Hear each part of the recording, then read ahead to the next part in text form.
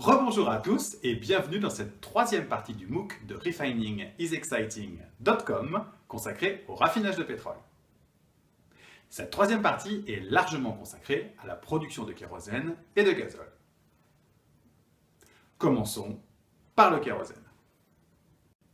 Tout d'abord, regardons quelles sont les propriétés que demandent les avionneurs et les réglementations internationales aux raffineurs. Trois propriétés principales sont à satisfaire pour ce qui est du kérosène. La première de ces propriétés, c'est ce que l'on appelle le freezing point, de l'anglais freeze, qui veut dire geler. En effet, lorsqu'un avion est dans les airs, la température extérieure peut descendre très bas.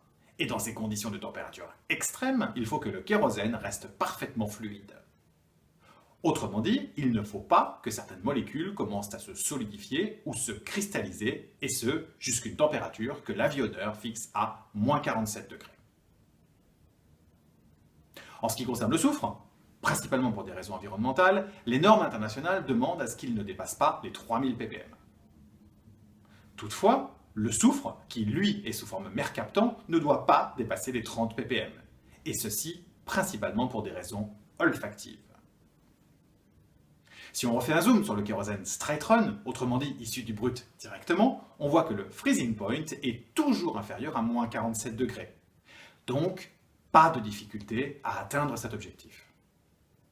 Pour le soufre total, les kérosènes ont en général des teneurs en soufre total compatibles avec la demande des autorités internationales. En revanche, pour la teneur maximale en mercaptan, on voit que ce n'est pas toujours le cas. Le principal traitement que l'on va devoir faire subir au kérosène est d'enlever ce soufre sous forme mercaptan. Pour traiter ces mercaptans, deux solutions. La première solution est radicale. On fait subir le même type de traitement que l'on a vu ensemble dans la vidéo précédente en NAFTA, à savoir une réaction avec de l'hydrogène pour enlever le soufre. Cette méthode a l'avantage d'enlever l'intégralité du soufre, qu'il soit sous forme mercaptan ou pas.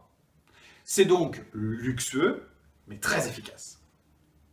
Cette méthode a en revanche l'inconvénient de nécessiter de l'hydrogène. L'autre solution, particulièrement dans le cas où la raffinerie dispose de peu d'hydrogène, c'est de faire appel à une réaction dite d'adoucissement. Cette réaction consiste à faire réagir les mercaptans entre eux pour produire des disulfures.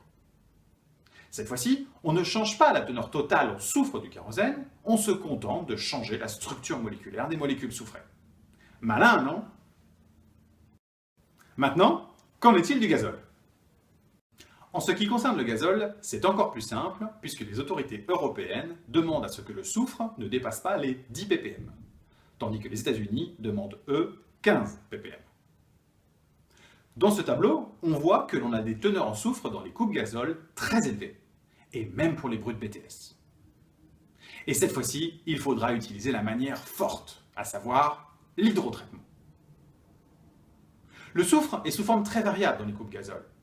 Plus la molécule est lourde, plus elle est complexe, plus il sera difficile d'enlever le soufre. On qualifie alors ce soufre de réfractaire. Dans le schéma typique d'une raffinerie, on retrouve donc un autre hydrotraitement spécifique au gazole. Le catalyseur, c'est toujours le même, à savoir une alumine imprégnée de métaux. Les conditions opératoires sont plus sévères que pour un hydrotraitement d'essence, puisque les molécules sont plus complexes et donc plus difficiles à traiter. Les températures peuvent aller jusqu'à 400 degrés et les pressions peuvent atteindre les 40 à 90 bars. En fond de topping, on retrouve le RAT, pour résidus atmosphériques. Alors, qu'en fait-on? Ce RAT, on va l'utiliser pour faire du fuel pour les bateaux ou pour alimenter les centrales thermiques. On peut également en faire du bitume pour recouvrir les routes. Et voilà, le raffineur a transformé le pétrole brut en produit spécifique pour l'utilisation des moteurs essence, diesel ou encore des turboréacteurs pour les avions. Il l'a fait en utilisant les procédés de séparation et de transformation chimique. Mais souvenez-vous, si on s'arrête à ce schéma, on va produire environ 5 à 15% d'essence, 10% de kérosène et 20 à 25% de gazole. Mais surtout, 40 à 50% de fuel et de bitume, soit bien plus que ce dont on a besoin. Pour avoir une raffinerie économiquement viable, il faut aller plus loin et produire davantage d'essence, de kérosène ou de diesel, mais moins de fioul. Alors, comment faire? Si vous vous souvenez bien, on a dit que l'on ne pouvait pas aller au-delà de 380 degrés à la distillation atmosphérique puisque l'on commençait à craquer le brut en molécules gazeuses. Séparer le rate par distillation semble donc mission impossible. Le raffineur doit faire mieux. Et il sait qu'il peut mieux faire, et c'est la physique qui va l'aider. Souvenez-vous de cette courbe de distillation du brut. On a récupéré le naphta, le kérosène et le gazole, mais on s'est arrêté là. Or, on voit bien ici que le rate représente encore 50% du brut. Si on voulait aller plus loin, il faudrait réussir à séparer les molécules du rate. Mais comment? Et c'est à ce moment que l'on se souvient que la température d'ébullition dépend d'un paramètre dont on a assez peu parlé jusqu'ici, la pression. En effet, si on descend la pression et que l'on conduit la même expérience de chauffer du brut, voici ce que deviendra cette même courbe de distillation. Sous l'effet d'une pression réduite, il devient beaucoup plus facile de vaporiser les molécules. Et dans ces conditions, à 380 degrés, on va réussir à vaporiser des molécules qui auraient bouilli à des températures de 500 à 580 degrés à une pression atmosphérique. On va donc reproduire à échelle industrielle un vide qui sera en général assuré par des éjecteurs à vapeur.